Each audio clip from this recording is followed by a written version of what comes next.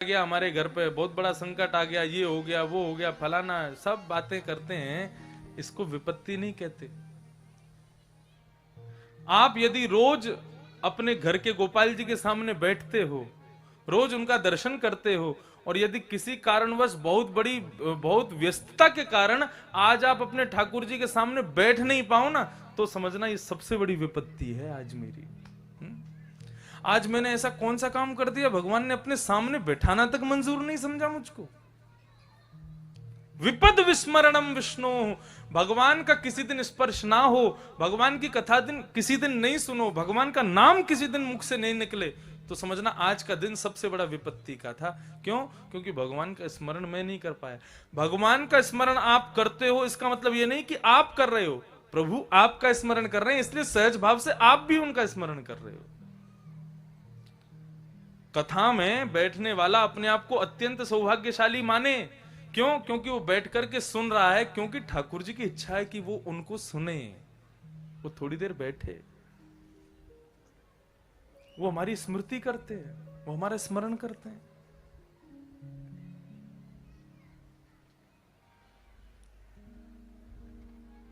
कुंती ने स्तुति गाई और यही कहा, प्रभु ऐसी कृपा कर दो विपत्ति मेरे जीवन में आ जाए। विपत्ति आएगी तो फिर आपका स्मरण बना रहेगा, क्योंकि कभी कभी सुख की घड़ी में आपकी याद उतनी नहीं आती जितनी विपत्तियों में आती है, इसलिए मुझे विपत्ति दे दो। इस प्रकार भगवान से विपत्ति रूपी वरदान मांग करके भगवान ने उनको तथास्तु कहा। बोले मैया तुमको विपत्ति की आवश्यकता नहीं है, अब जब तक मैं धराधाम में हूं तब तक मेरा स्मरण बना ही रहेगा। तुम जहां देखोगी, जब नेत्र बंद करोगी, मेरा ही दर्शन होगा, और जिस दिन मैं अपनी लीला पूरी करूंगा उस दिन अपने संग तुमको लेके जाऊंगा। ये वरदान भगवान ने कुंती को दिया। भगवान बोले अब मैं जाऊं, मुझे द्वारिका की बहुत याद आ रही है, मेरे भी छोटे छोटे बच्चे हैं, भगवान कह रहे हैं, मेरी भी पत्नियां हैं, वे भी मेरा स्मरण कर रही है, मैं जाऊं। ठाकुर जी रथ पर बैठ करके जैसे ही निकलने लगे तो युधिष्ठिर रोने लगे।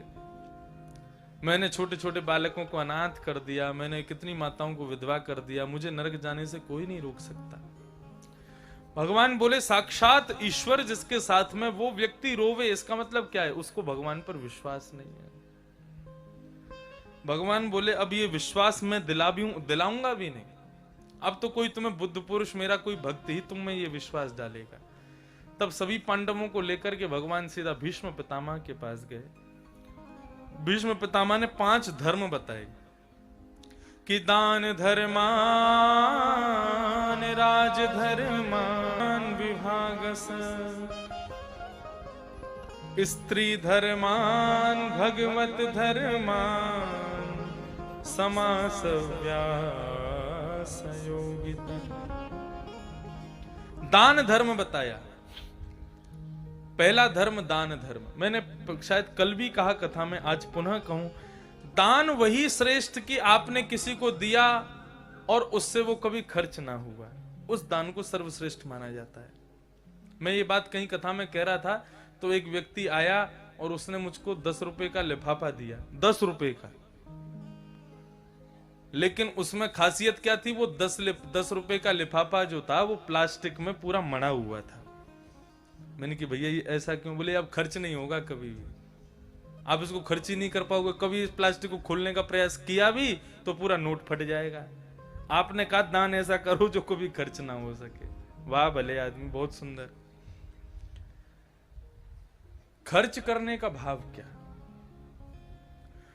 आपने किसी को दिया तो उसके पास जाकर के उसकी बढ़ोतरी होती रहे, वो बढ़ता रहे, वो दान श्रेष्ठ। और उसमें धन कभी नहीं आ सकता। धन का दान हमारे शास्त्रों में सबसे निम्न दान बताया गया। जिसके पास देने के लिए सद्विचार नहीं, सद्भाव नहीं, सद्गुण नहीं है, ऐसा व्यक्ति जो शून्य है, कुछ नहीं दे सकता, वो व्यक्ति क्या करे? बोले ठीक है चल अपनी कमाई का थोड़ा सा अंश दे दे किसी को। लेकिन देने के लिए क्या दें? अपने सद्गुण, अपने सद्भाव, अपने सद्विचार, इसका दान करो, दूसरों को प्रदान करो, वो दान सर्वश्रेष्ठ। और श्रीमद् भागवत तो कहती सबसे बड़ा दान क्या है? बोले ज्ञान का दान सबसे बड़ा दान। आप किसी को जरा सा भी ज्ञान देते हैं तो ज्ञान पा करके उस व्यक्ति का वो आपका चेहरा भले ही भूल जाएगा वो, लेकिन आपके बताई हुई, आपके द्वारा कही गई बात कभी नहीं भूल पाएगा। 20-50 साल बाद मेरा चेहरा भले ही भूल जाओगे आप लोग, कौन इंद्रेश जी, कहां से आए, कैसे दिखते, लेकिन यदि 7 दिन में कोई अच्छी बात लगी वो आप कभी नहीं भूलोगे। हमारे स्कूल में टीचर हमको पढ़ाते और टीचर कुछ ना कुछ कहते ही थे, कुछ भी कहते ही थे। टीचरों की शक्ल भूल गया हूंगा मैं, उनके नाम भूल गया हूंगा, लेकिन उनकी कही गई बातें कभी नहीं भूलता। इसलिए ज्ञान का दान सर्वश्रेष्ठ दान है। इस बात को अपना लो। इस प्रकार से 5 धर्मों के विषय में बता करके श्री भीष्म पितामह ने भगवान की स्तुति गाई। इतमतिरुपकल्पिता वितृष्णा भगवत सात्वत पुंगवे विभुम्ने स्वसुखमुपगते क्वचिद् विहर्तुं प्रकृतिमुपेयुषयद् भव प्रवाह। भीष्म पितामह ने भगवान की सुंदर स्तुति गाई, और सुंदर स्तुति में भीष्म पितामह ने ठाकुर जी से संबंध किया है किसका? अपनी बुद्धि रूपी बेटी का। बोले प्रभु इस मति को आप अपना लो। देखो एक बात सदैव याद रखना, जीवन श्रेष्ठ कब बन जाए? जब मन और बुद्धि दोनों की विचारधारा एक सी हो जाए। हम लोग कंफ्यूजन में क्यों रहते हैं? बुद्धि कुछ कहती है, मन कुछ कहता है। इन दोनों की स्थिति बिल्कुल एक जैसी हो जाए, इन दोनों की विचारधाराएं एक जैसी हो जाएं, तो फिर जीवन श्रेष्ठ हो जाएगा। बुद्धि केवल इतना संकेत करती है कि तू भूखा है, भोजन कर, लेकिन मन फिर उसमें व्यंजन दिखाने लग जाएगा। पिज्जा खा ले, बर्गर खा ले, बड़ा पाव खा ले, ये खा ले, वो खा ले। मन की विचारधारा ही अलग। बुद्धि तो केवल इतना कहती है तुझे भूख लगी कुछ खा ले, मन उसमें फिर व्यंजन दिखाएगा, ये भी खा, ये भी खा, ये भी खा। मन की विचारधाराएं ही अलग है। इसलिए क्या करें? बोले कथा के माध्यम से यही विचार करो कि बुद्धि जो सोचे मन उसको स्वीकार करे, मन उसको स्वीकार करे जो बुद्धि विचार करे, तो समझे हमारा कथा सुनना सार्थक है। भीष्म पितामह की स्तुति मैंने बहुत बार, बहुत विस्तार से 3 साल में तो कितनी बार कही होगी। अब भीष्म पितामह को हम यही प्रणाम करें। उन्होंने भगवान की सुंदर स्तुति गाई। स्तुति गा करके अंत में भीष्म पितामह के प्राण निकल करके भगवान में समाहित हो गए। बोलो भक्तवत्सल भगवान की। परीक्षित का जन्म हुआ। जन्म लेते ही ब्राह्मणों ने बताया, बोले तक्षकाद आत्मनो मृत्युम द्विजपुत्रोपसर्जितात् प्रपत्स्यत उपश्रुत्य मुक्त संग पदम हरे। तक्षक सर्प के द्वारा दंशन होने के कारण इस बालक की मृत्यु होगी, ऐसा ब्राह्मणों ने बताया। बंधु एक बात सुनो, सर्प के दंशन से मृत्यु होना यह हमारे शास्त्रानुसार शुभ नहीं माना जाता। क्यों? सर्प के द्वारा डसा हुआ व्यक्ति स्वर्ग तो चला जाएगा, नरक तो चला जाएगा, लेकिन उसको वैकुंठ की प्राप्ति नहीं होती है, इसलिए शास्त्रानुसार शुभ नहीं है। इसलिए पांडवों के लिए विचारणीय प्रसंग बन गया कि परीक्षित को सर्प डसेगा, इसका मतलब शास्त्रानुसार यह उचित नहीं है, अच्छी बात नहीं है। लेकिन ऐसे सर्प का दंशन जिसने कर दिया हो, ऐसे व्यक्ति की भी यदि मुक्ति श्रेष्ठ करनी हो, उसको वैकुंठ की प्राप्ति करानी हो, तो उसके लिए क्या है? प्रपत्स्यत उपश्रुत्य मुक्त संग पदम हरे। भागवत की कथा या भागवत का किसी ब्राह्मण के द्वारा पाठ उस व्यक्ति के निमित्त करा दिया जाए तो उसको फिर भगवत प्राप्ति हो सकती है। तो इसलिए विशेष ध्यान दें। सर्प दंशन से या तो पहले प्रयास तो यही करें कि किसी की मृत्यु हो ही नहीं, और यदि किसी की हो जाए तो तुरंत उसके लिए भागवत जी का पाठ करा लें, नहीं तो उसको स्वर्ग मिल जाएगा, नरक मिल जाएगा, लेकिन उसको भगवत प्राप्ति नहीं होगी। लेकिन देखो एक बात और कहूं, यहाँ बंबई में तो चलो सब बढ़िया है, लेकिन कई जगह पर लोग अपने पितरों के लिए भागवत कराते हैं। हमारे पितरों को मुक्ति मिल जाएगी, हमारे पितरों को वैकुंठ मिल जाएगा, हमारे पितरों को स्वर्ग मिल जाएगा, उसके लिए कथा करा लें हम। अभी दिसंबर में पूज्य पिताजी महाराज की झांसी में कथा चल रही थी और वहां पूज्य श्री मुरारी बापू पधारे कथा में, और उन्होंने इतनी अच्छी बात कही। वे क्या बोले? बोले लोग अपने पितरों के निमित्त भागवत की कथा कराते हैं कि भागवत कथा सुनने से हमारे पितृ मुक्त हो जाएंगे,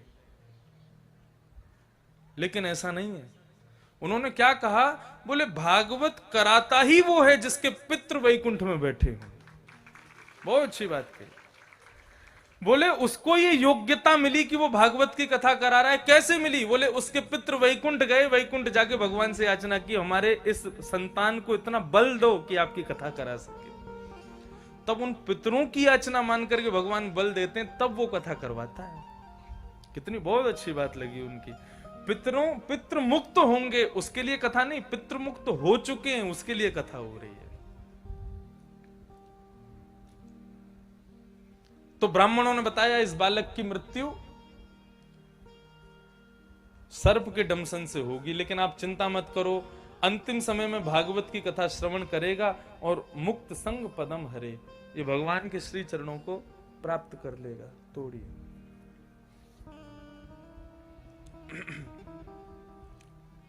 धीरे धीरे परीक्षित बड़ा होने लगा। भगवान परीक्षित से मिलने के लिए आए, परीक्षित को देखा, उसके लिए टोपी कुर्ता लाए, उसको दे करके गए। महाभारत में तो ऐसा कथा आती है कि परीक्षित जन्म लेते ही मर गया था। क्यों? बोले उसको मारने के लिए ब्रह्मास्त्र छोड़ा गया। भगवान ने ब्रह्मास्त्र से तो उसकी रक्षा कर ली थी, लेकिन ब्रह्मास्त्र के कुछ तेज अभी भी उत्तरा के गर्भ के चारों तरफ घूम रहे थे। जैसे ही बालक ने जन्म लिया वो तेज को सहन नहीं कर पाया और उसकी मृत्यु हो गई। भगवान आए, भगवान ने आकर के जैसी उत्तरा के कक्ष में प्रवेश किया तो उत्तरा अपनी गोद में बालक को लेके बैठी है। सावधानी से सुनना। और वो बालक मृतक है, मरा हुआ। भगवान जैसी आए, भगवान के चेहरे पे प्रसन्नता, बोले कि भैया हम दादा बन गए। क्यों? अर्जुन के पुत्र का पुत्र है परीक्षित। तो ठाकुर जी दादा हुए कि नहीं? भगवान दादा बन गए। अंदर बड़ी प्रसन्नता में आए, लेकिन तभी क्या देखा? उत्तरा के नेत्रों से आंसू बह रहे। भगवान बोले उत्तरा क्या हुआ? तुरंत उत्तरा ने उस बालक को दिखाया, और महाभारत में स्पष्ट शब्द है। उत्तरा क्या कहती भगवान से? मेरा बालक मर गया, ऐसा नहीं कहती। हे केशव, तुम्हारा सहोदर भ्राता अब जीवित नहीं है। सहोदर भ्राता मतलब एक मां के गर्भ में जहां पर दो बालक एक साथ रहते हैं, जुड़वा, उनको सहोदर भ्राता, सहोदर बहन कहा जाता है। एक गर्भ में दो बालक। कहां भगवान उसके दादा लगते हैं और उत्तरा कह रही है कि आपका सहोदर भ्राता अब जीवित नहीं है। ये बात सुनते ठाकुर जी के नेत्रों से आंसू आ गए। मानो कुंती ने कुछ क्षण के लिए ठाकुर जी से यह कह दिया हो कि मैं भी आपकी मां हूं, कुछ थोड़े ही समय के लिए सही आप मेरे गर्भ में गए हो भीतर, आपका सहोदर भ्राता जीवित नहीं है। भगवान को संबंध अति प्रिय, उनसे किसी भी प्रकार का कोई संबंध बना ले, आप संबंध बना के भूल जाओगे, ठाकुर जी कभी नहीं भूलते। आपने जो संबंध बनाया उसका निर्वहन वे करते हैं।